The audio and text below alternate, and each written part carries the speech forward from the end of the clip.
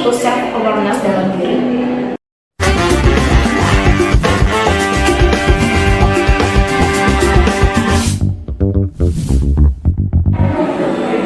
Halo semuanya, Assalamualaikum warahmatullahi wabarakatuh dan selamat siang. Perkenalkan, nama saya Tiara Putri Alisa. Saya di sini selaku host dalam podcast pada siang hari ini.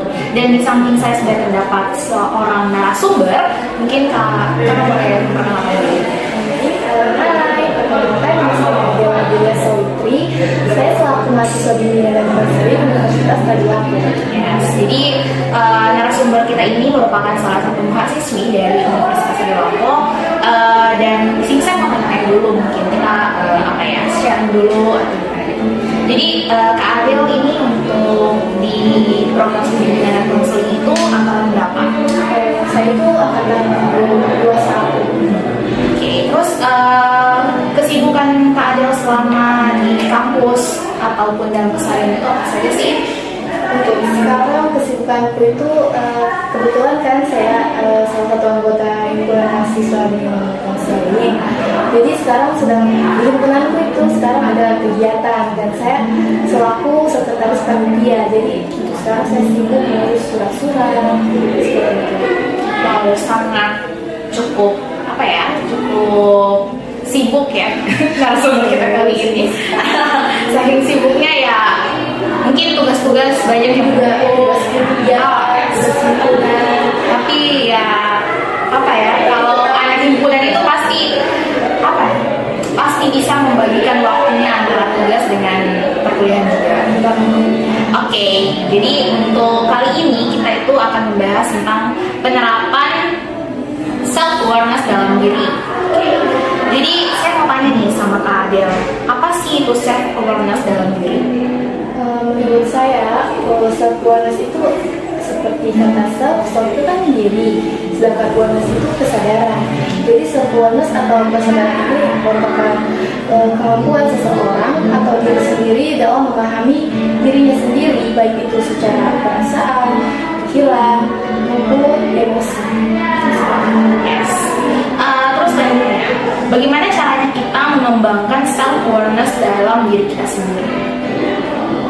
Untuk mengembangkan self awareness pada diri sendiri itu ada salah satu yaitu menerapkan mindfulness. Wow, itu apa sih? Mindfulness itu seperti refleksi diri. Ya mungkin seperti itu, kayak cara kita menenangkan diri saat kita mungkin ada masalah. Jadi kita sadar akan masalah kita bagaimana cara mengatasi masalah kita ini. Jadi mungkin kita bisa menerapkan mindfulness. Berarti seperti ya kita kalau sudah mumet dalam kuliah kita bisa refreshing gitu kan? Next question, kenapa kita perlu self awareness dalam diri kita? Kenapa sih? Kita perlu menerapkan self awareness dalam diri kita itu agar bisa membantu kita atau bisa kesadaran diri kita itu agar kita memiliki kesadaran pada diri kita baik yang baik dapat membantu seseorang untuk mengetahui batas kemampuan yang dimiliki dan tidak terjerat dengan gaya hidup yang berlebihan. Terus di sini pasti dalam diri kita itu pasti akan ada kayak keuntungan ataupun keuntungan dan kerugian lah ya istilahnya. Tapi di sini saya ingin bertanyakan, apa sih keuntungan dari self awareness buat diri kita? Keuntungan self awareness itu bisa membantu kita untuk bisa bekerja dengan cerdas dan efisien. Tapi kita sadari bahwa pekerjaan yang kita lakukan bisa membuat diri kita berdampak pada hidup kita. Jadi kesadaran diri ini akan membantu kita untuk menyadari kekurangan dan kelebihan diri kita sendiri. Terus selanjutnya, bagaimana cara kita untuk mengenali diri kita sendiri? Cara untuk mengenali diri kita sendiri itu contohnya seperti kita bersikap mandiri. Kenapa? Karena seseorang perlu memiliki sikap yang mandiri agar tidak bergantung dengan orang lain. Artinya kita tidak perlu seseorang untuk menolong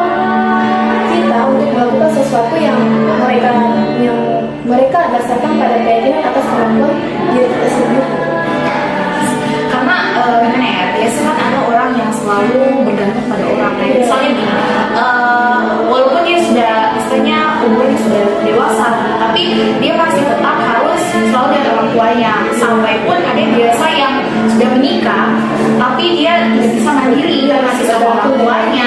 Jadi apa ya, berarti dia belum bisa menerapkan satu waras dalam diri. Itu perlunya kesadaran diri dan diri kita sendiri. Oke, jadi habis ini saya mau tanya lagi. Sebutkan 3 kata yang menggambarkan karakter dalam diri Kak Adel. Yang saya tahu yang diri sendiri itu saya itu orang yang sabar, orang yang kuat, Strong ya? sadari Yes, diri sendiri kan. Satu lagi ya sekarang ini percaya diri, saya percaya diri bisa bersama Kak Tiara di sini melaksanakan podcast. Yes. Jadi 3 kata itu yang menggunakan karakterku sendiri itu sabar, kuat, dan percaya diri. Oke, jadi di sini saya mau tanya kan, pasti istilahnya sebelumnya kan tadi Kak Adel bilang kan sudah mempunyai karakter yang percaya diri. Pasti sebelumnya itu belum uji kepercayaan diri kan pasti ada lah ya, pasti. Jadi gimana sih caranya melawan rasa takut untuk bisa berubah menjadi percaya diri itu? Nah, mungkin ada pengalaman gitu atau apa ya istilahnya sebuah apa ya hal yang menjadikan motivasi gitu untuk bisa menjadi percaya diri itu apa? Baik, kalau dari saya sendiri, kenapa saya bisa percaya diri dalam merasa takut? Sebelum melakukan podcast ini, tadi saya sudah dingin, takut. Tapi karena kepercayaan diriku, saya bisa berbicara di sini.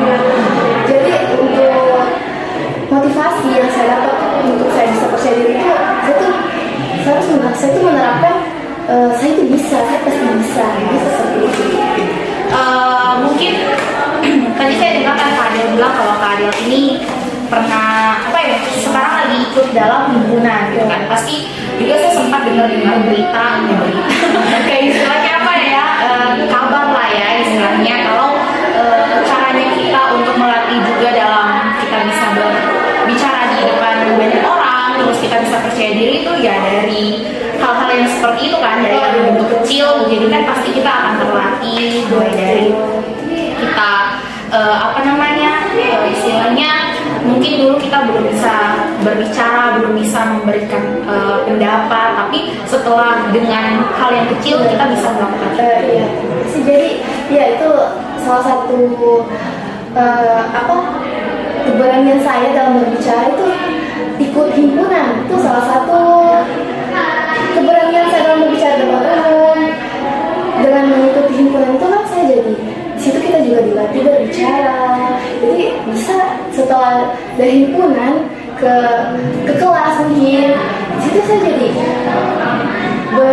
suka kayak berpendapat. Kadang saya berpendapat, kadang bersuara kelas. Karena sebelumnya kan saya itu orang yang pendiam dalam kelas, tapi setelah saya ikut dalam himpunan, saya jadi berani, percaya diri di depan orang-orang. Seperti itu. Berarti yang dulunya istilahnya introvert, tapi sekarang langsung berubah. Jadi ya, walaupun perlahan-lahan ya. Terus apa lagi ya? Kita mungkin langsung sharing apa ya? Sharing santai. Terus selanjutnya untuk apa ya? Gimana sih tanggapan kakak kalau misalnya kita yang mungkin apa ya belum bisa menerapkan penerapan dalam self awareness itu kan ada beberapa yang mungkin belum bisa walaupun mungkin dia sudah tahu tentang apa sih itu self awareness tapi dia belum bisa mengembangkan ataupun dia sudah mencoba tapi tetap belum bisa tanggapan. Kalau menurut saya sebenarnya itu kan self awareness itu kan perlu dalam diri kita sendiri untuk jadi semua orang sebenarnya punya kesadaran diri tapi ada orang yang tidak peduli dengan itu.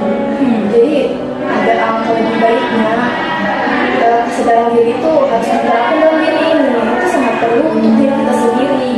Karena itu juga termasuk kekuatan dan kelemahan terhadap kita, seperti apa orang menghadap kita dan seperti apa harapan orang lain terhadap kita. Jadi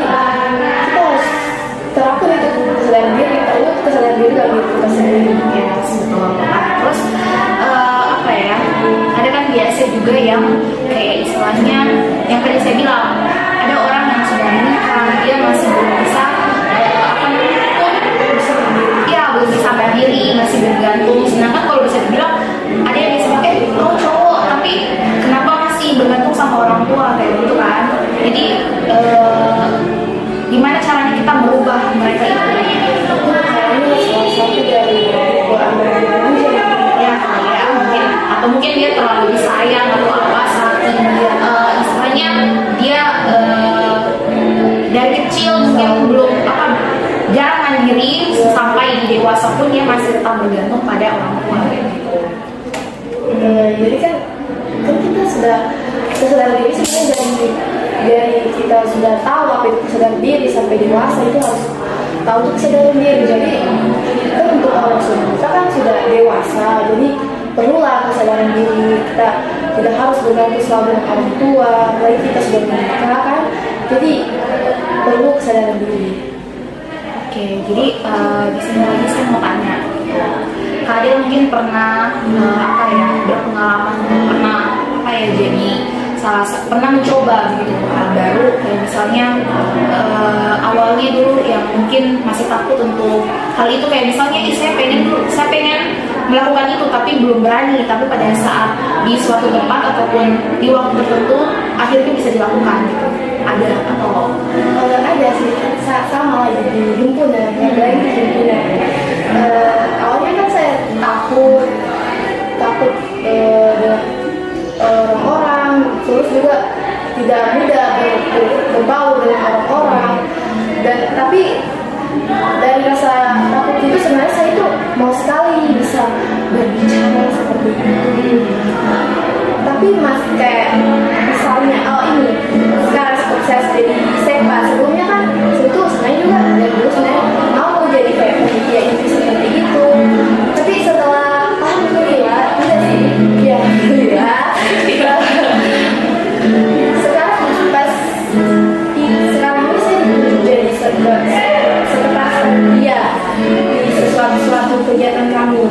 Jadi yang awalnya takut tapi sebenarnya mau, tiba-tiba rasa takut itu hilang setelah apa yang kita inginkan itu tiba-tiba ditunjuk kau jadi sepak seperti itu. Kita takut tapi sebenarnya rasa mencoba. Iya itu takut tapi sebenarnya mencoba seperti itu. karena dari pengalaman juga kayak saya bilang, kalau kita memandang bahwa kita itu tidak bisa, bagaimana caranya kita mau tahu kalau kita tidak mencoba kan gitu. Jadi juga termasuk cara mengembangkan kesadaran diri dalam diri kita itu sebenarnya rasa ingin tahu itu termasuk. Betul, dan paling intinya harus mencoba dulu, karena gimana caranya kalau kita tidak mencoba, istilahnya kita ya walaupun orang bilang pastinya akan gagal ya tidak apa-apa gitu kan. Kapan kita bisa langsung berhasil gitu kan kalau kita belum mencoba juga, itu pasti akan gagal terus ada hasilnya pasti akan memuaskan juga gitu. Oke, jadi karena mungkin kita sudah mau sampai di ujung acara ujung acara kita, jadi mungkin saya mau ucapkan terima kasih banyak kepada Kak Adel sudah mau datang ke sini untuk sharing-sharing sama kita gitu tentang apa sih self awareness buat diri kita juga, terus juga berbagi pengalaman tentang keseharian keadaan juga dalam himpunan gitu. Kita sudah banyak berkeliling gitu istilahnya, berkeliling tentang sharing dalam hari ini gitu. Jadi sekali lagi saya ucapkan terima kasih banyak kepada Kak Adel. Terima kasih sudah mempercayai saya sebagai narasumber ini. Ya, jadi untuk itu mungkin kita nanti akan ngobrol-ngobrol lagi di belakang gitu, dan saya ucapkan terima kasih kepada teman-teman yang sudah berpartisipasi dalam podcast kita kali ini. Untuk itu saya ucapkan terima kasih banyak, dan juga dan juga di sini saya akan memberikan kesimpulan tentang apa sih self awareness itu. Jadi self awareness itu adalah dimana kita harus mempercayai dalam diri kita sendiri, kita harus mengetahui juga, dan gimana caranya kita mengembangkan, yaitu kita harus tahu bagaimana caranya kita apa ya istilahnya memahami dalam diri kita gitu. Dan paling penting kita harus mencoba, karena tanpa mencoba kita tidak akan tahu apa hasil di belakangnya. Oke, untuk itu saya ucapkan terima kasih banyak kepada teman-teman yang sudah berpartisipasi pada hari ini. Lebih dan kurangnya saya mohon maaf. Dan